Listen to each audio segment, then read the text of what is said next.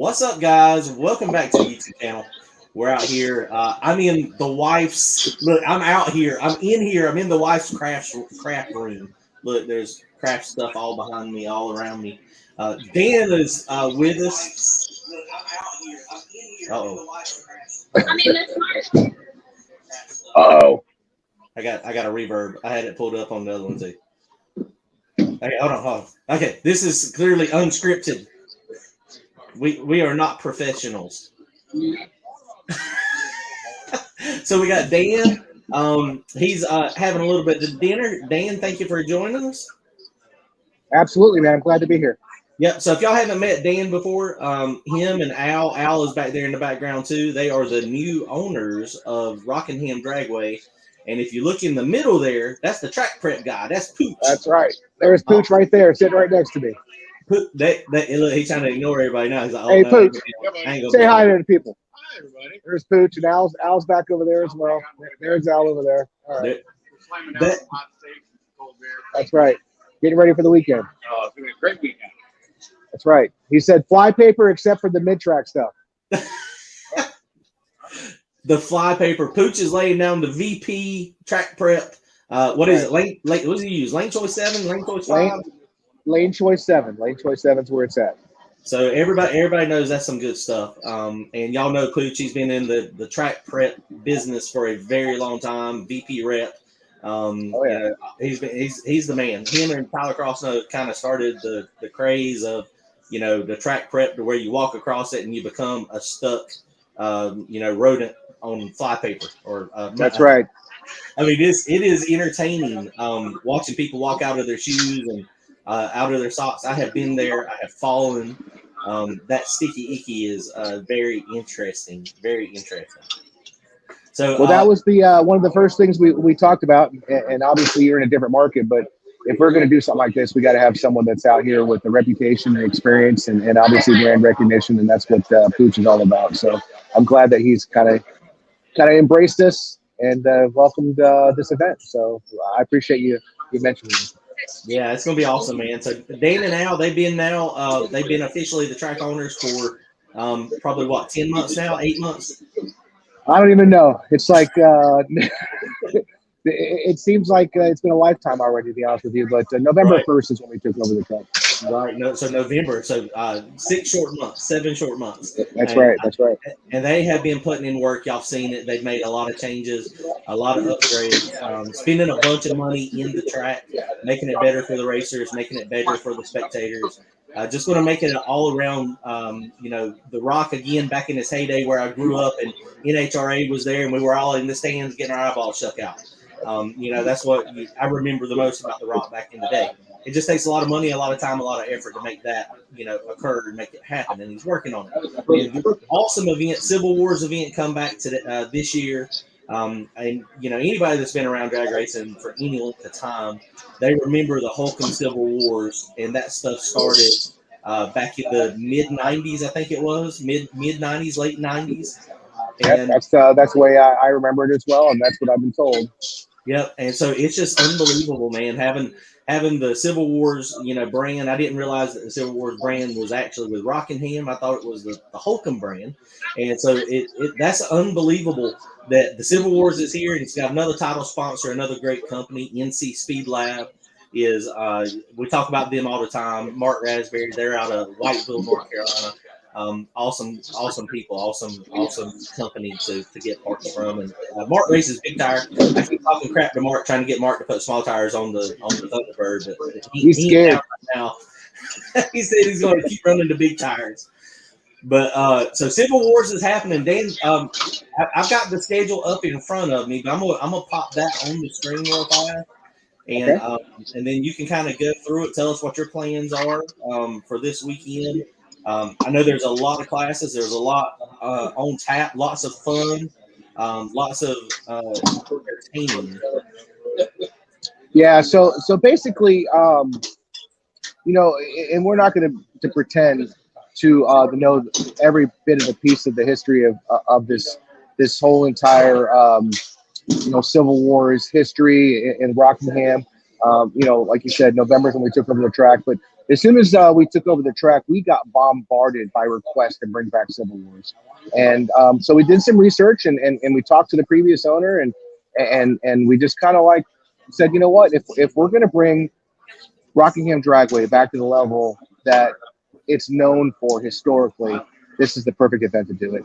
And we went and looked at the old flyers and looked at the classes that were in place, and we tried to incorporate as much of that as possible. And we figured, you know what, let's throw a little flair in there, and that's where you and I talked about doing the mid-track stuff. And obviously we got some heavyweight action in there, which is catered around some of the late model stuff with the cars that just can't quite get down there to the 2,800 pound mark, and we threw some heavyweight classes in there.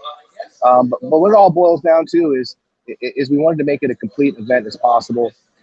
We decided to throw some music in there with concerts on Friday and Saturday, and we got fireworks on Saturday, which the track hasn't had fireworks since about 15 years ago, from what I've been told. So, we just tried to make it as complete as possible. We didn't want to throw these big, huge, guaranteed purses at an event. First time bringing it back, just kind of a little self-preservation, but also just to keep it grassroots. We figured, if people are going to come out and race, they're going to have a good time, and the purses are going to be generated with some small sponsorships. We have a half a dozen or so sponsors to generate some draw, but more so about having a good time. And that's what you and I had talked about when this first thing, when we first started talking about having this event.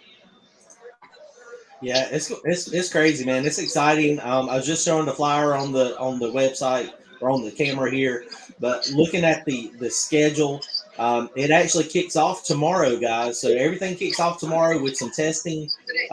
Gates open if you're racing. If you want to get in there early and get a good spot, gates open tomorrow at 3 o'clock. Track goes hot from 4 o'clock to 9 o'clock. $15 entry. So that's going to be, Dan, is that going to be open to just normal spectators too? Yeah, so spectators can come in and they'll have to buy a weekend pass, obviously, with it's stretching from Thursday all the way to Sunday. But racers that want to come in early and get loaded in, they can show up at 3 o'clock and start testing at 4 o'clock, and we're going to run it out till 9 o'clock. And Cooch is going to be on the tractor and laying some LC7 and getting, every class is going to have an opportunity to test tomorrow. And then obviously the program goes into place officially Friday morning with some additional testing till about 2 o'clock. And then we're going to go into our program, splitting the fields up based on type classing, whether it's a radial class or a no track or no prep class or a slick tire or bracket. We're going to try to group them together and give people opportunities that want to double enter and triple enter to be able to split the racing up over 3 days. So it's very difficult, as everyone knows, to get 14 race classes to be seamless. But with the run order and the level of racing, we think we got a pretty good template for it. But once again, it starts tomorrow with testing Friday morning, and then into the program hot and heavy Friday afternoon. Yep, that's right. So Friday, if you're coming down on Friday, gates open at 8 o'clock. Testing, and it's $50 to test on Thursday and Friday. If you want the private testing, is what we're considering that. It's open testing, but it's like private testing. So that's actually it's for the participants. That's right. Sure. Yeah, that's a really good price. Generally, those test sessions are a couple $100 if you're trying to hop in the day of or the day before. So that's going to happen on Friday from 9 o'clock to 2 o'clock. And then after that, on Friday, that's when we start kicking off into the other classes, 470, 60, 850, small block versus big block, limited nitrous, our mid-track mayhem, and then true streets. And so, of course, for our mid-track mayhem, that's going to be wild. There's a bunch of normal classes in here, and there's some extra stuff. So the mid-track mayhem, we'll get out there, where there's not a lot of glue on the backside of the track and get us a flashlight start. Clifton's going to hop on here a little bit later too. He's going to be our flagman for the mid-track stuff. So that's going to kick off on Friday, and then there's a concert Friday night as well. Looks like Eric. That's right. So concert Friday night. Yep. Okay. Eric Hawks is going to be out there at around 8 o'clock on Friday. He's got an opener, which is another local talent. We try to draw some local talent for Friday, and that starts around 8 o'clock. Awesome. And so Friday will wrap it up, qualifying, and just basically for us, it'll just be some shakedowns. And then on Saturday, gates open early again, 8 o'clock. Track's going hot at 9 o'clock. Now, something that is interesting, that is really cool. I thought it was really neat, and I may I may have to get me a True Street car here at some point. But tell us where the True Street Cruise is going to be. So we're doing the True Street Cruise at Rockingham Speedway across the street. So on the old NASCAR track, which is actually being renovated in an attempt to bring NASCAR back, you're going to be able to do your 20 laps on the Speedway. So you really can't make that up. That's not something that you're going to find everywhere. There's only a handful of facilities in the country that can even offer that. So True Street racers and our car show participants are going to be able to do laps on the Speedway Saturday morning. Oh man, that is unbelievable. That is awesome. That looked really fun when y'all were doing it. The last event with the PDRA, or no, not PDRA. What was it? NMCA. NMCA and NMRA. Yeah. There you go. That looked phenomenal. I'm going to participate in that. That is for sure. Yeah, absolutely. It's definitely like you hate to say it and throw these terms out loosely, but that's kind of a one in a lifetime type opportunity to do laps around that. It really is. It really is. I mean, that's just not something, like you said, you can get everywhere. And then to drive on a historic NASCAR track, come on, that is just unbelievable. So that's going to be really fun. That'll be interesting. So maybe I can catch a ride with one of the True Street participants that has a True Street car and get some footage over there. So I think that's going to be really cool. So then we're going to roll into how many qualifiers are you going to have on Saturday? Do you think? Well, our goal is to give everyone that's in a class that's a Friday Saturday class to give them at least one hit on Friday and then one hit on Saturday, and if time permits, we'll give them 2 hits on Saturday. So for sure, one on each day, and with all, if everything runs smoothly, there's no reason why we can't do 2 on Saturday. Right.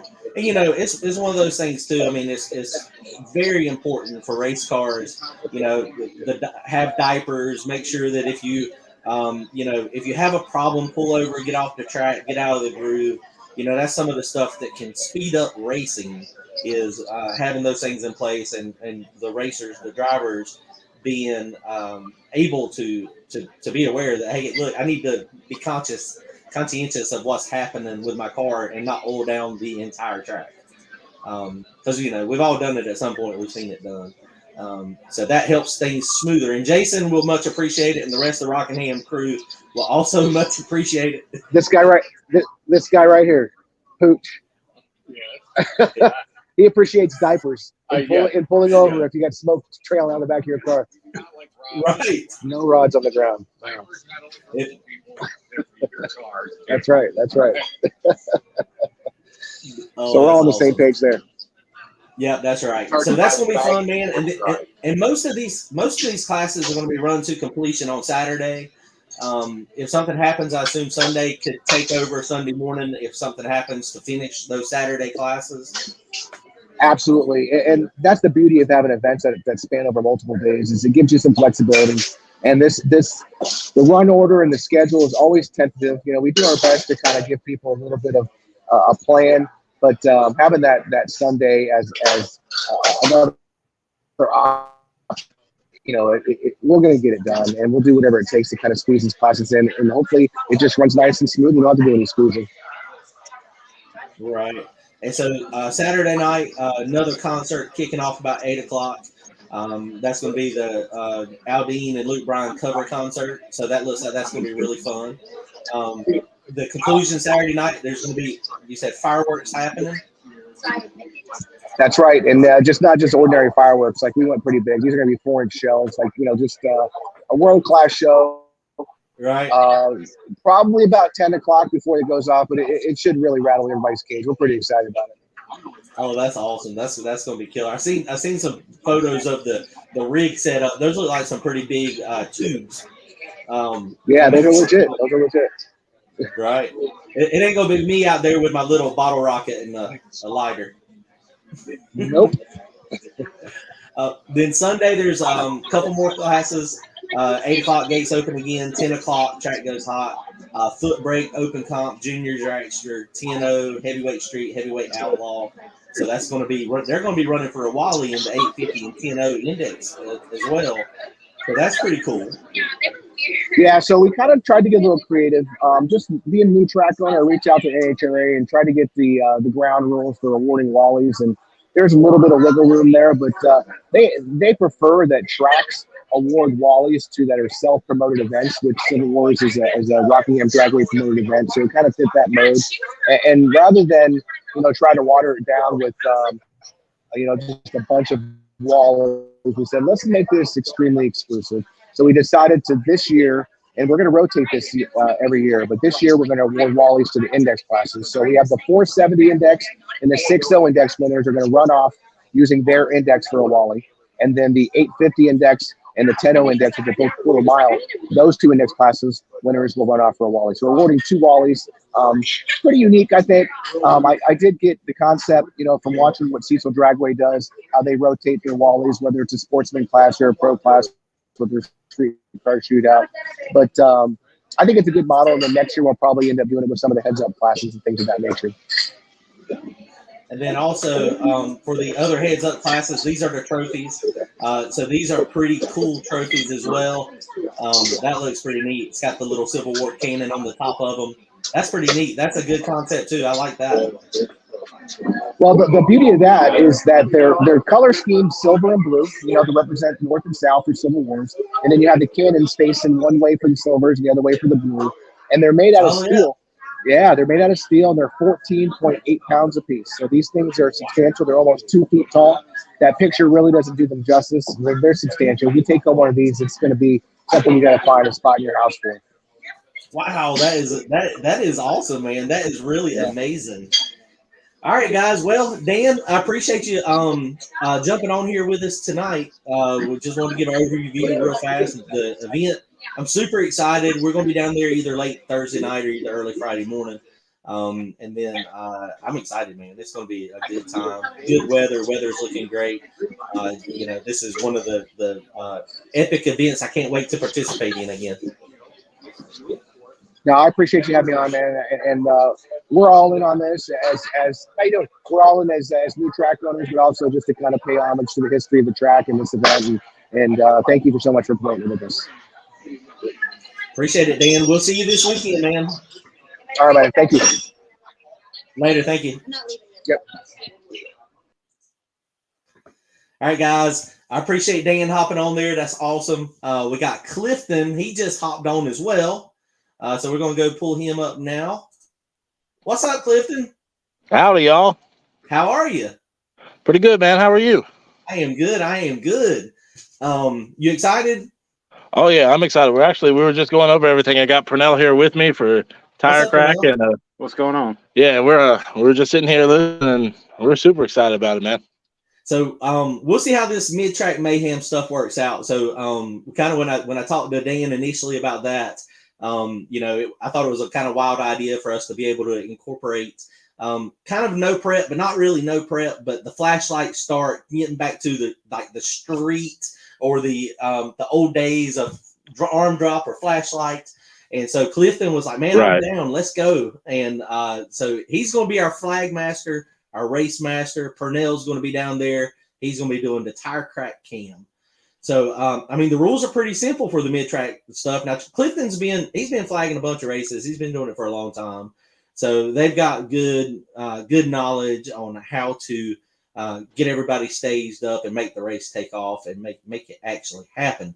The thing that's going to be interesting is, when I first talked to Dane about it, and we were like, okay, well, how are we going to keep everybody off of the glue part of the racetrack?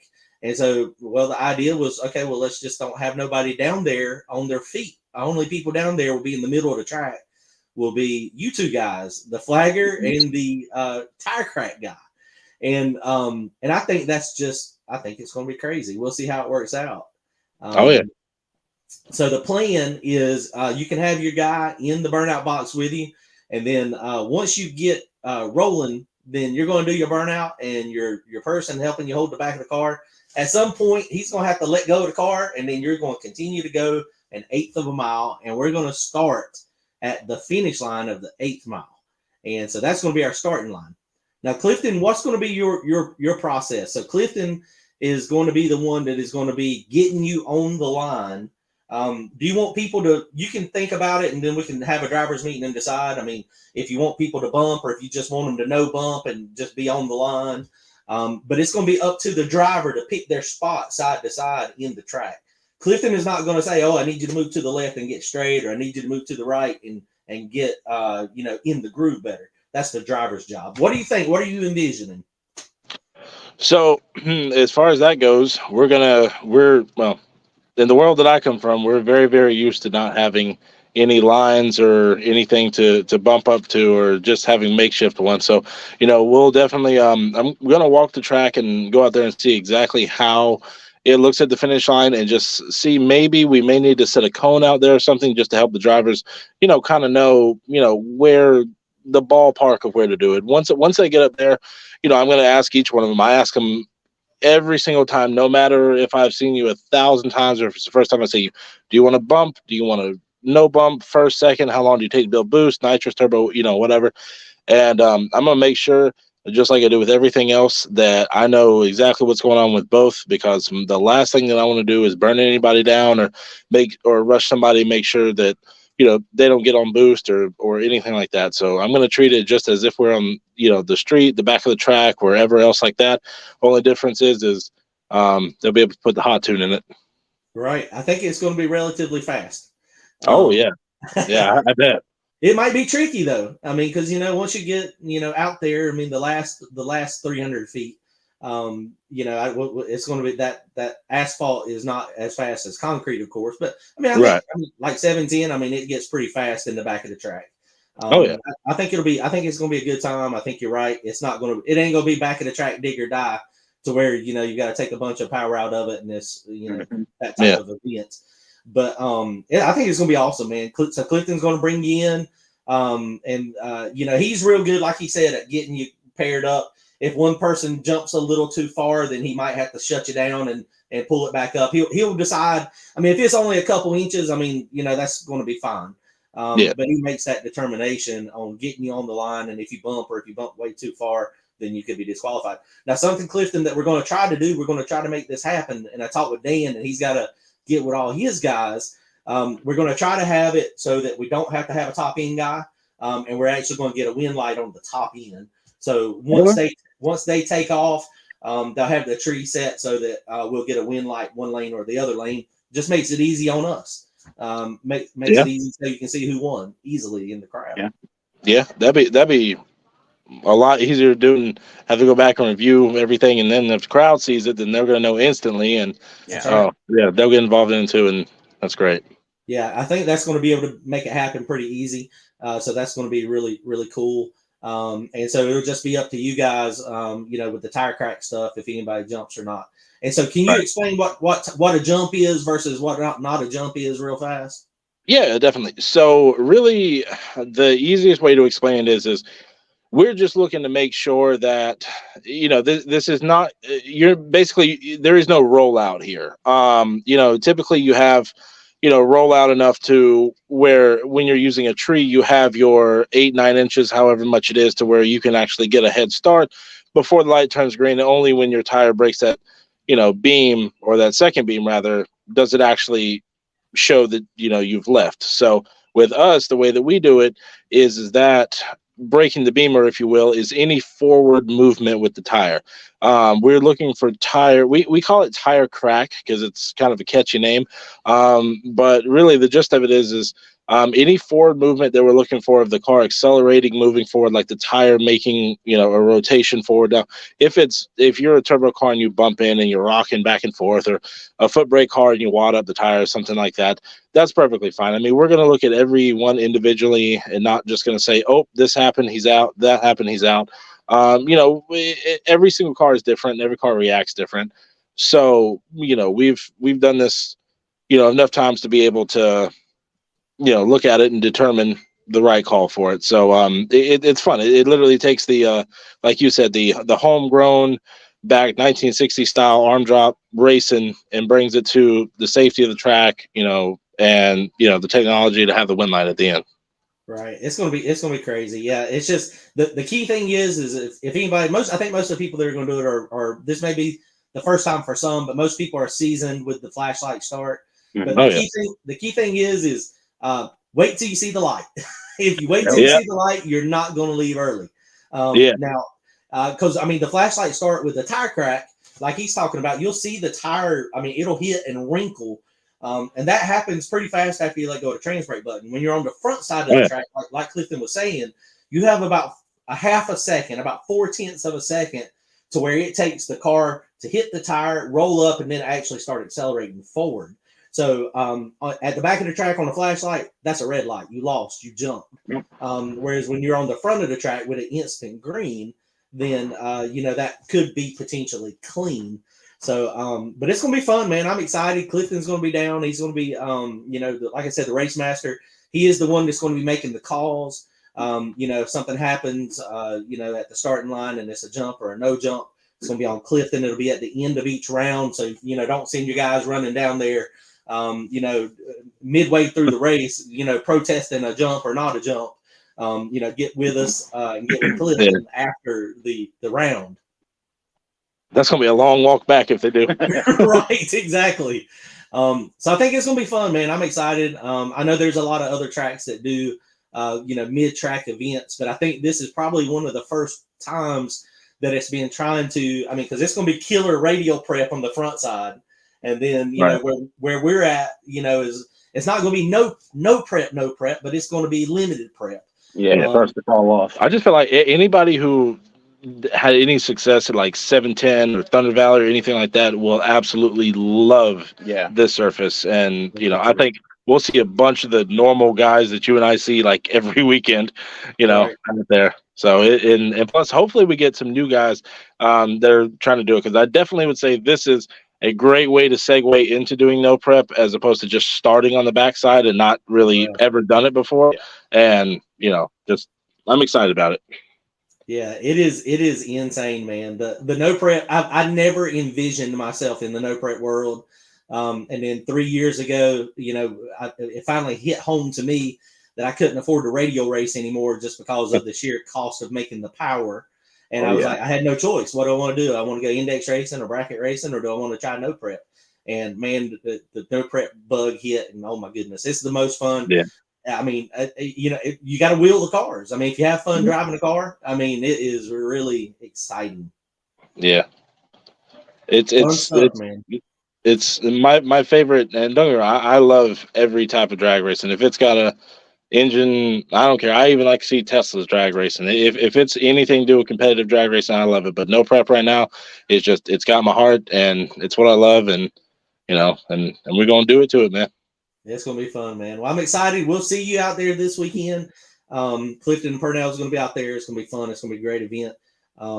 I appreciate you hopping on tonight and talking about it, and we'll have a drivers meeting for us, and we'll go over all the rules with everybody that's there again, just so everybody's on the same page. And it's gonna be wild. It's gonna be wild. Perfect. Well, I appreciate you having me, and I guess we will see you this weekend, sir. Yep. All right, man. Appreciate it, guys. Y'all take care. All right, see you later. Bye. See y'all. All right, guys. Well, that's it. Real fast. Rockingham Dragway this weekend. Civil Wars Dragway. Civil Wars is happening at Rockingham Dragway. I couldn't say it. It's gonna be fun, man. It's gonna be awesome. It's gonna be one of a kind. It's gonna be one of a kind. A lot of people jumped on here. Appreciate everybody jumping on here. Todd, NC Speed Lab, Kelly, Jesse, what's up, guys? Jay, a bunch of people on here. Bradley, I saw a couple of our folks that normally get on too. G2K, he's been killing it with his YouTube stuff. Let's see. There's Milton. What's up, Milton? Bradley. A lot of people on here. Appreciate everybody hopping on here, talking to us, hanging out with us. Pennywise Racing. What's up, Robert? How are you? Honda. I know, right? Front wheel drive, all wheel drive car might be the go-to jam out here. So, yeah, man, it's gonna be exciting. Super excited. Y'all come see us. We'll be there Friday, Saturday, and we'll probably head out Sunday since we're not doing anything unless we are, running on Sunday because of some delays or something. But hopefully that's not going to happen. So come see us, Rockingham Dragway. Civil Wars happening this weekend. It's going to be fun. Appreciate it, guys. Yeah, we had fun at JJ's race. Motor Mile, that's our first time ever going there. That was, man, exciting. That was the first time we've ever been to Motor Mile. And that was one of the races that was extremely exciting. It was really late, so unfortunately we just didn't get to finish that one out. I mean, the dude kind of got us, but it is what it is. It was a great race with that Mopar. I couldn't even hear my car. She was shaking my eyeballs in my car. All right, guys. Later. See y'all.